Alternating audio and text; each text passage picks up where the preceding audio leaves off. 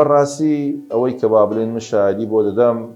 دیارە ئێستا هەموو چین و توێژەکان هەر یەکەو لە بواری خۆی، ئەوە پزیشکە، ئەوە ئەندازیارە، ئەوە مامۆستایە،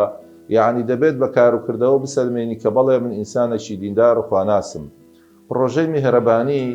پرۆژەیەکە خوا جەزایان بداتەوە کە زیاتر ئەو خێرخواز و ئەو بەڕێزانەی کە دەستیان دایتە بەر،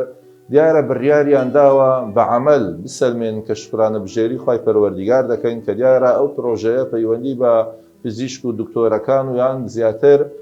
بە شێوازە گشتیەکەی پەیوەندی بەلایەنە تەندروستیەکەوەیە.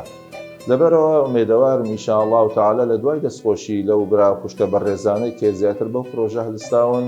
کەسانی تریش هەر یەکەو لە بواری خوان ئەوەی کەوا دەوڵەمەندە بێت بەشدار کە هەم لە بەشی خێرخوازیەکەی و هەم لە بەشی حتا ئیسیسماریەکە، بەڵام چاوەڕوانی زیاتر قازانجی قیامەت و پاشە ڕۆژبی، کەمتر چاوەڕوانی قازانجی دنیایەکە بێت. بە ئومێدی ئەوم ئینشاءالله تەعالا خوای پەروەردیگار لەو کەسانەیان سەرژمێر بکە بەڵێ بەکاروکردەوە سەلماندیتیان کەوە ئەوان بەندەی ڕاستەقینەی خوای پەروەردیگارن، بەڵکو بتوانین بە هەموو لایەک ئینشاءالله تەعالا ئەو پرۆژەیە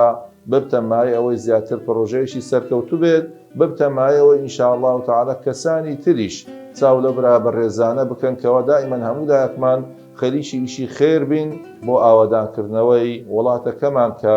کوردستانی بەڕێز و خۆشەویستمان و بە تایبەتی خەڵکەکەی زۆر پێویستی بەوەیە و شایانی ئەوەشە کە زیاتر خزمەت بکرێن. وآخر دعوانا الحمد لله رب العالمين وصلى الله على سيدنا محمد وعلى آله وأصحابه أجمعين.